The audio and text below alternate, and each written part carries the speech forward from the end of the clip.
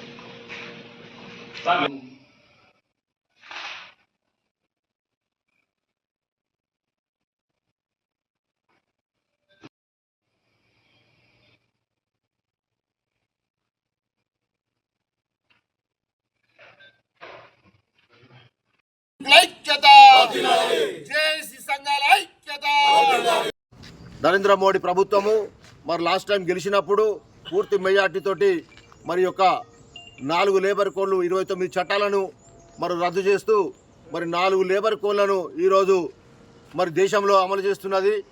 మరి దీని వలన మరి సంఘటిత అసంఘటిత కార్మికులు కట్టు బానిసలుగా మరి ఏర్పడేటువంటి పరిస్థితులు ఈరోజు దాపురించినాయి.